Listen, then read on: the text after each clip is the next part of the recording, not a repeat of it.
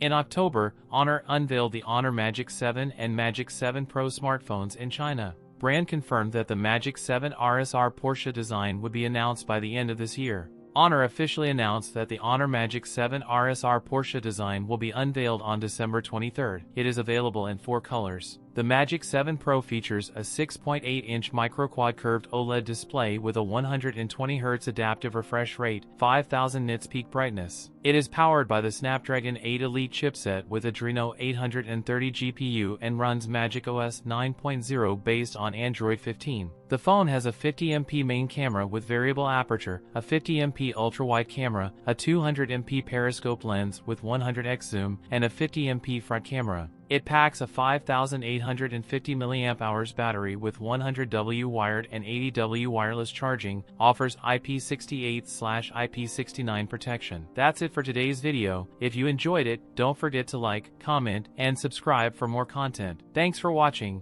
and I'll see you in the next one.